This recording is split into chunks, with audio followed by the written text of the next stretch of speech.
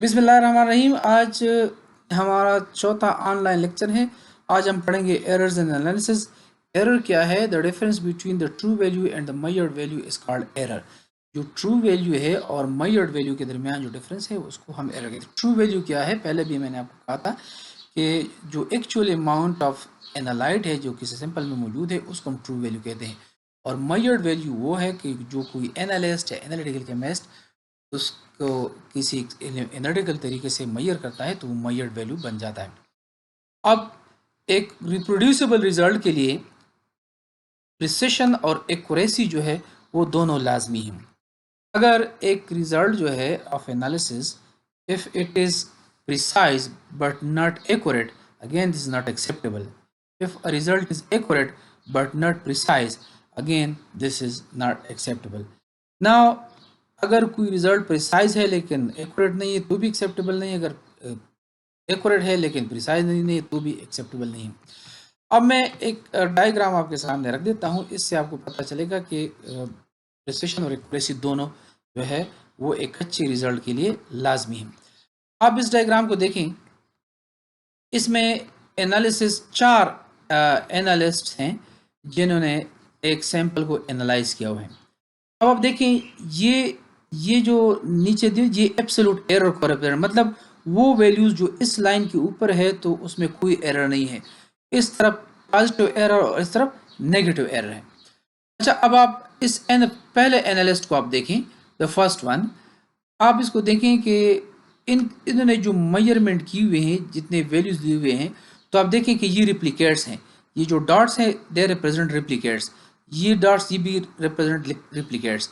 और इन दोनों का जो एवरेज है तो वो this is represented by this blue line.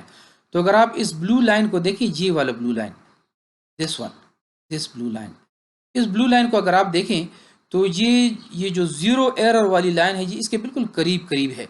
इसका मतलब ये है कि ये प्रिसाइज भी हैं, सारे डॉट्स रिप्लिकेट्स एक जैसे हैं, और ये एक्यूरेट भी है, ये जीरो एरर लाइन के बिल्कुल करीब है।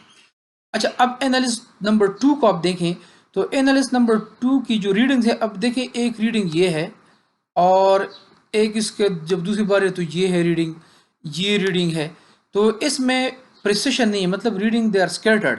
लेकिन अगर आप जब इसका एवरेज निकालें तो इस ब्लू लाइन को आप फिर देखें, ये इनका एवरेज है और ये बिल्कुल ये जो है ज़ीरो एरर के करीब है, मतलब बहुत कम इसमें एरर है। सो the analysis, the result of the analysis number 2, it is accurate but not precise। Precise नहीं है, स्कैटर्ड है वैल्यूज लेकिन एक्यूरेट है, एरर इसमें कम है। अच्छा, आप एनालिसिस नंबर 3 को आप देखें कि इसके वैल्यूज सारे के सारे एक जैसे हैं, प्रिसाइज है, सारे डॉट्स आप देखें एक जगह पे। लेकिन अब ये इस डिफरेंस को देखें कि ये डिफरेंस जो है ये अब बढ़ता गया है। तो इसका मतलब ये है कि ये एरर है। असल में ये डिफरेंस जो है, the difference between this average and this is the true value. True value वो कि जिसमें जीरो एरर हो, तो जाहिर है कि ये बढ़ गया है, तो यहाँ पे result is not accurate but it is precise. अब आप चार नंबर पे जो एन है इसको आप देखें तो इसमें प्रिसेशन भी नहीं है, मतलब ये जिस डेटा पॉइंट्स को आप देखें ये सारे स्केटर्ड है, एक दूसरे से दूर दूर है। और इसका ये डिफरेंस आप देखें ये भी बहुत ज़्यादा है, मतलब जो एक्चुअल वैल्यू है this is the actual value line और ये इनका एवरेज है, तो इसमें भी बड़ा फ़र्क है। तो एनालिसिस नंबर 4 के जो रिजल्ट है वो न एक्यूरेट है और न प्रिसाइज है। अब मैंने कहा कि एक रिप्रोड्यूसिबल रिजल्ट के लिए ये लाजमी है कि वो प्रिसाइज भी हो और एक्यूरेट भी हो। ओके जी। सो अच्छा रिजल्ट वो होता है कि जिसमें प्रिसिशन और एक्यूरेसी दोनों हो। आगे चलते हैं, आगे हम पढ़ते हैं the types of errors. Now the errors can be divided into two types broadly. उसमें एक को कहते हैं सिस्टमेटिक एरर्स, सिस्टमेटिक एरर्स, और दूसरे है इनडिटर्मिनेट एरर्स। सिस्टमेटिक एरर्स को डिटर्मिनेट एरर्स भी कहते हैं। डिटर्मिनेट एरर का मतलब ये है कि इसकी वैल्यू को हम डिटर्मिन कर सकते हैं और बाकायदा इसको आप करेक्ट भी कर सकते हैं। तो डिटर्मिनेट एरर्स वो एरर्स हैं कि जिसको आप डिटर्मिन भी कर सकते हैं और उसको अवॉइड भी कर सकते हैं, इसके काजेज आपके मालूम भी होते हैं। मैं डेफिनेशन आपके लिए लिख लेता हूँ। So determinate errors are those that are determinable, मतलब आप इसको मालूम कर सकते हैं that presumably can be either avoided और करेक्टेड, आप इसको करेक्ट भी कर सकते हैं और अवॉइड भी कर सकते हैं।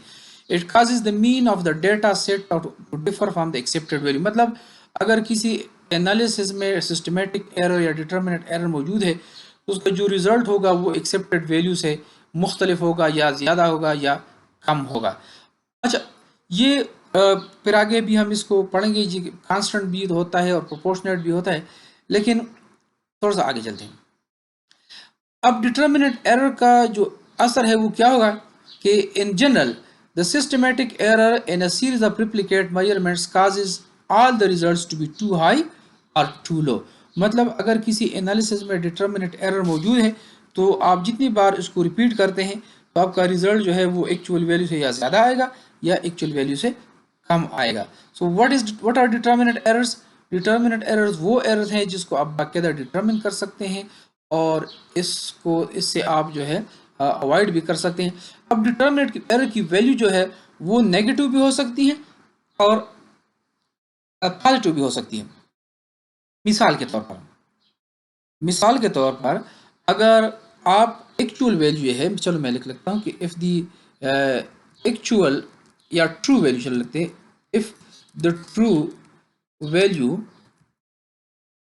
for example is that is let's say 6.5 ग्राम, और जो मेजर्ड वैल्यू है जब इस सैंपल को मेजर किया गया तो measured value is let's say this is 6.7 ग्राम। अब आप देखें कि जो एक्चुअल वैल्यू है वो 6.5 ग्राम है और जो आपने मेजर की है तो आपके पास रिजल्ट है 6.7 ग्राम, तो ये मेजर्ड वैल्यू एक्चुअल वैल्यू से ज़्यादा है।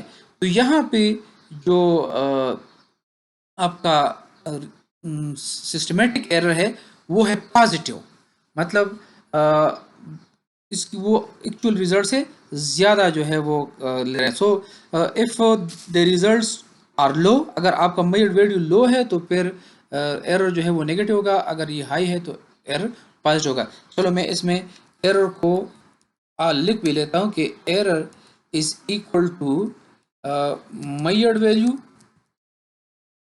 Minus true value. सो अब आप इसमें जब ये वैल्यूज पुट करेंगे तो आपको पता चल जाएगा कि this will become 6.7 minus 6.5 6.5 is equal to, this will become plus 0.2। अब ग्राम, अब अगर आपका जो मेजर्ड वैल्यू है वो कम है और ट्रू वैल्यू ज़्यादा है तो फिर रिजल्ट जो है वो उसका साइन नेगेटिव होगा। अच्छा जी, आगे चलते हैं और आगे पढ़ते हैं कि सोर्सेज ऑफ सिस्टमेटिक और determinant error. Remember systematic error, determinant error दोनों नाम इसके लिए इस्तेमाल होते हैं। There are three sources of systematic और डिटर्मिनेंट एरर्स।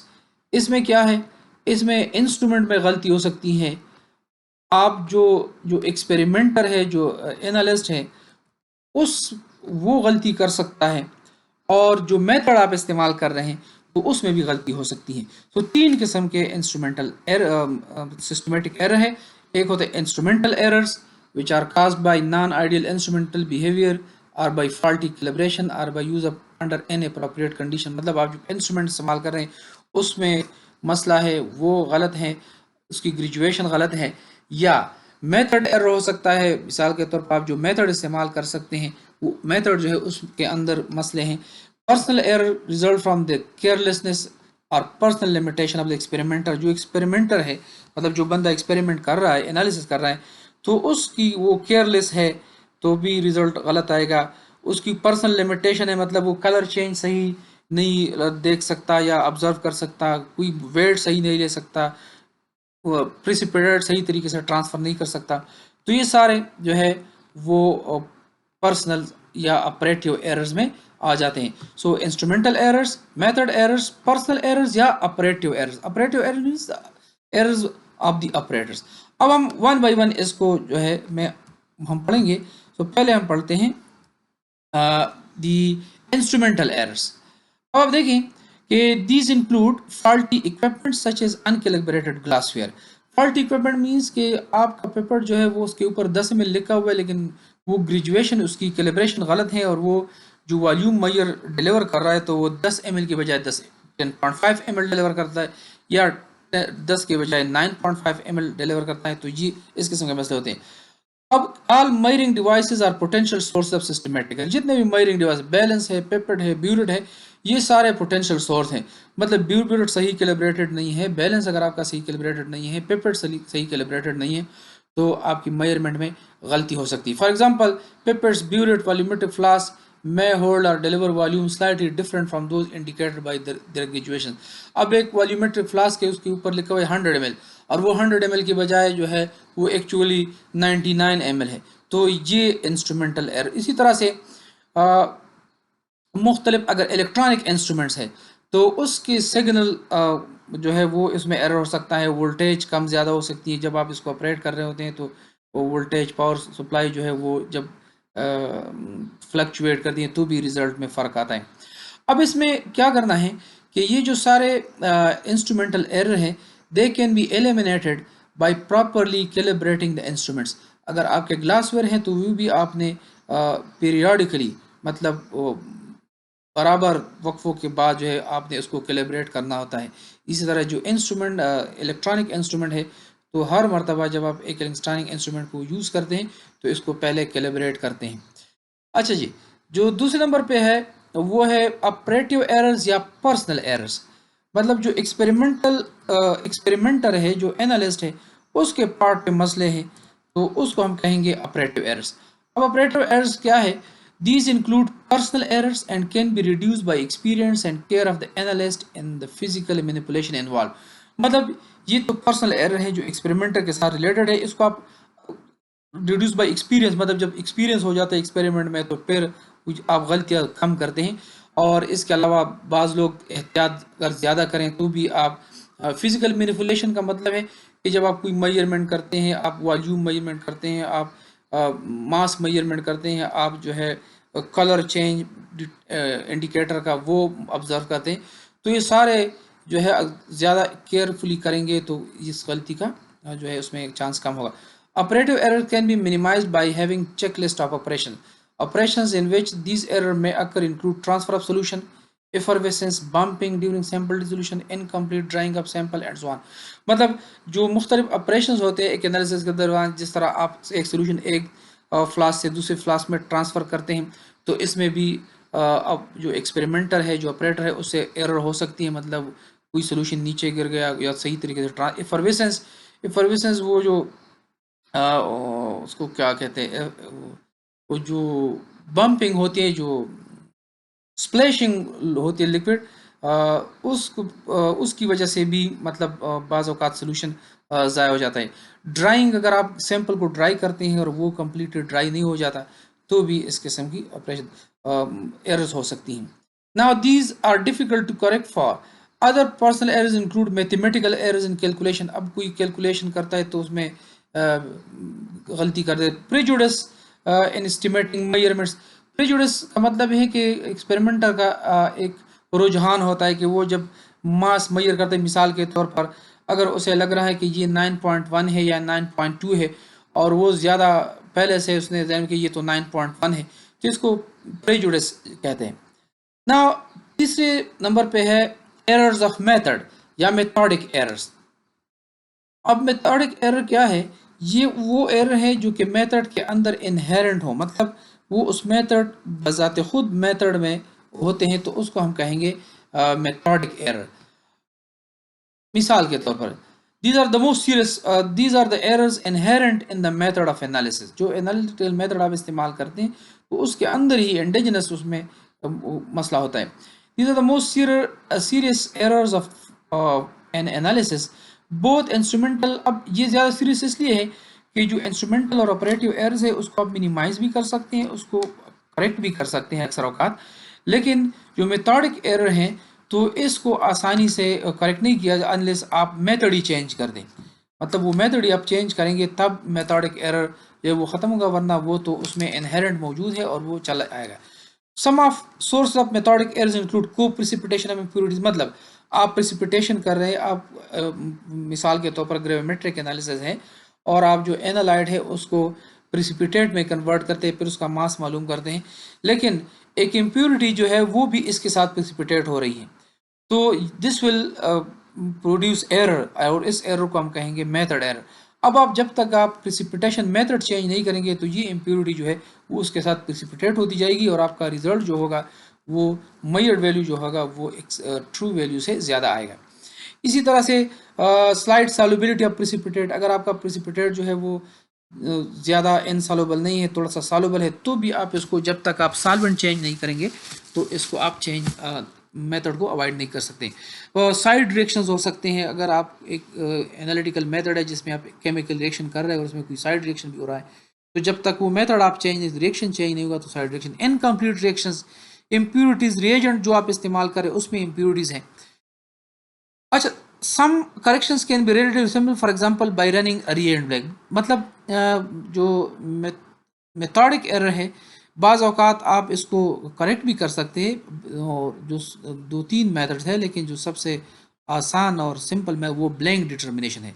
ब्लैंक जो है वो उसको कहते हैं कि जिसमें आपने सारे रिएजेंट्स ऐड करने हैं लेकिन इसमें सैंपल को ऐड नहीं करना, तो उसको हम कहेंगे रिएजेंट ब्लैंक। तो अगर रिएजेंट्स की वजह से कोई मसला हो रहा है रिजल्ट में, तो रिएजेंट ब्लैंक की मदद से आप उसको रिमूव कर सकते हैं।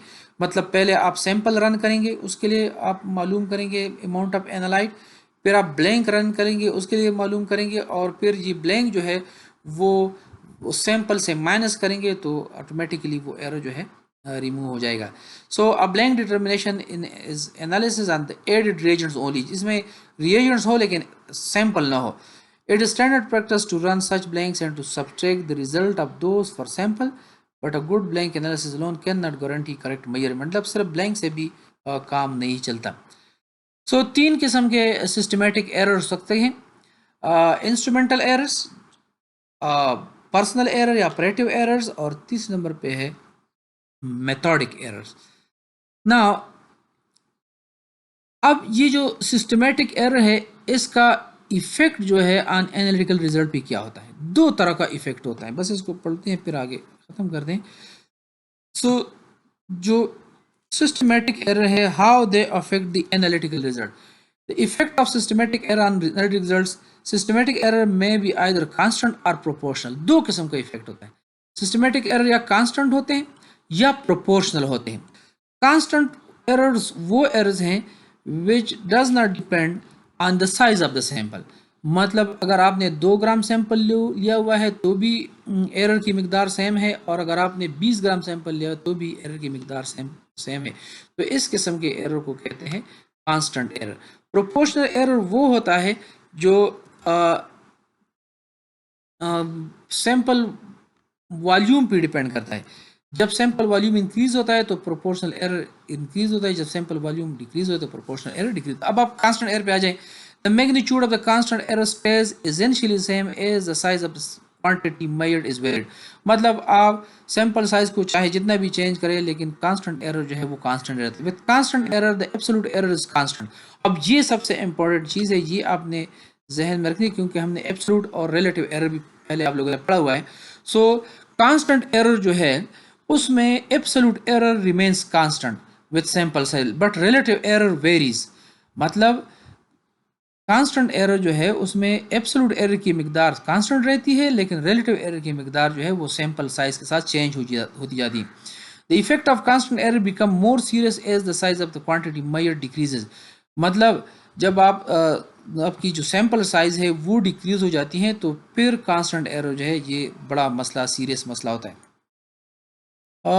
अब इसको थोड़ा सा एक एग्जांपल से इसको मैं कोशिश करता हूँ, मिसाल के तौर पे, for example if the mass of sample, मिसाल के तौर पर सैंपल इज 2 ग्राम, ठीक, और आपका ट्रू वैल्यू है, मिसाल के तौर पे आपको एनालाइट है जिसका मिकदार जो है वो इन 2 ग्राम सैंपल में मिसाल के तौर पर वो है, चलो लेट्स से 1.3 ग्राम, 1.3 ग्राम इसमें एक एनालाइट मौजूद है। और जो मेजर्ड वैल्यू है वो है जस्ट सपोज 1.4 ग्राम। ठीक, अब आप देखें कि इसमें एरर कितना है, एब्सोल्यूट एरर कितना है। The absolute error this is equal to 1.4 measured value minus 1.3, so this will become plus 0.1। अब कांस्टेंट एरर का क्या मतलब है कि अगर आप सैंपल साइज को 2 ग्राम से आप मिसाल के तौर पर 4, if the sample size is doubled, आप इसको डबल करें, मीन्स चलो डबल, दैट इज आप 4 ग्राम सैंपल ले लें। ठीक, the error will remain constant, the absolute error will remain constant, क्योंकि एरर कांस्टेंट है। बात समझ में आ रही है? मिसाल के तौर पर जब आपने इसको सैंपल साइज को डबल किया तो ये ट्रू वैल्यू ये सारे भी डबल हो जाएंगे। ये 1.3 की जगह 2.6 हो जाएगा, 1.4 की जगह जो है ये भी डबल हो जाएगा। सो एरर जो है वो एब्सोल्यूट वैल्यू जो है उसका वही 0.1 रहेगा। इसी वजह से इसको हम कहते हैं कि एरर जो है वो कांस्टेंट है, ये सैंपल साइज पे डिपेंड नहीं करता। लेकिन अगर अब ये 0.1 वाला डिफरेंस अगर 2 ग्राम सैंपल में है, लेकिन जब आप सैंपल साइज को कम करेंगे तो जाहिर बात है कि रिलेटिव एरर जो है वो फिर बहुत ज़्यादा इंक्रीज। अब चलो मैं रिलेटिव एरर इसमें कैलकुलेट कर देता हूँ। ये तो absolute error, what will be the relative error? The relative error is equal to, अब पहले हमने पढ़ा हुआ है कि the relative error this is equal to absolute error divided by mass of sample multiplied by 100। तो आपको पता है कि दिस विल बिकम, आप इसको कैलकुलेट करें तो ये परसेंटेज में ये वैल्यू आ जाएगी। लेकिन अगर आप सैंपल साइज को डिक्रीज करेंगे, ठीक, चले ये if the sample size is decrease, इसको डिक्रीज करते हैं, डिक्रीज्ड, अब इसके बजाय 1 ग्राम, तो फिर रिलेटिव एरर क्या हो जाएगा? Absolute error will remain constant, but relative error ये आप अब कैलकुलेट करें तो आपको पता चलेगा कि रिलेटिव एरर जो है वो ये चेंज हो जाए। एब्सोल्यूट एरर है 0.1, ठीक, डिवाइडेड बाय, अब सैंपल साइज है 1 ग्राम। अब आप इसको करें तो आपको अंदाज़ा हो जाएगा, आप इसको कैलकुलेट करें कि रिलेटिव एरर कितना इंक्रीज हो गया। So in case of constant error the absolute error remains constant but the relative error it changes with changes the sample size. आप इसको पढ़ें और इसको देखें, फिर देखेंगे अगर कोई मसला हो तो आप क्वेश्चन कर सकते हैं। आगे चलते हैं, बस आखिरी ये पढ़ते हैं प्रोपोर्शनल एरर। प्रोपोर्शनल एरर क्या होता है? वो error which depends on the size of the sample. ये मैंने पहले भी आपको बताया कि the error which depends on the size of the sample that is called proportional error. Sample का साइज इंक्रीज होता जाता है तो एब्सोल्यूट एरर इंक्रीज हो जाता है। सो प्रोपोर्शनल एरर इंक्रीजेज और decreases according to the size of the sample taken for analysis. With proportional error the absolute, अब इसमें एब्सोल्यूट एरर जो है वो वेरी होता है और रिलेटिव एरर जो है दैट रिमेन्स कांस्टेंट। ठीक, कांस्टेंट एरर में absolute error remains constant while the relative error changes with sample size। लेकिन प्रोपोर्शनल एरर में ये आप देखें कि इसमें the absolute error it varies with sample size but the relative error it stays constant। so proportional error जो है वो जब आप बहुत बड़ा सैंपल लेंगे तो ज़ाहिर है कि रिलेटिव एरर जो है वो डिक्रीज हो जाएगा। और वो एनालिसिस के जिसमें कोई कांस्टेंट एरर हो तो उसमें आपने बड़ा सैंपल लेना होता है। जब सैंपल बड़ा होगा तो एब्सोल्यूट एरर जो है वो उसमें कम होगा। और अगर कोई एनालिसिस में प्रोपोर्शनल एरर हो तो फिर आपने स्मॉल सैंपल्स जो है वो आप ले सकते हैं। अच्छा जी, आपने मैं एक क्वेश्चन पोस्ट करता हूँ एट द एंड, इसका आपने जवाब देना है और फिर वो एक सिंगल पैराग्राफ जवाब आपका होना चाहिए, वो आपने भेजना है and that will be considered as your attendance. So what is the difference between constant error and proportional error? इसका आप जवाब आपने जल्दी भेजना है, तो ये आपका हो जाएगा अटेंडेंस। बाकी अगर कोई मसला है तो आप क्वेश्चन जो है ग्रुप में पोस्ट कर सकते हैं।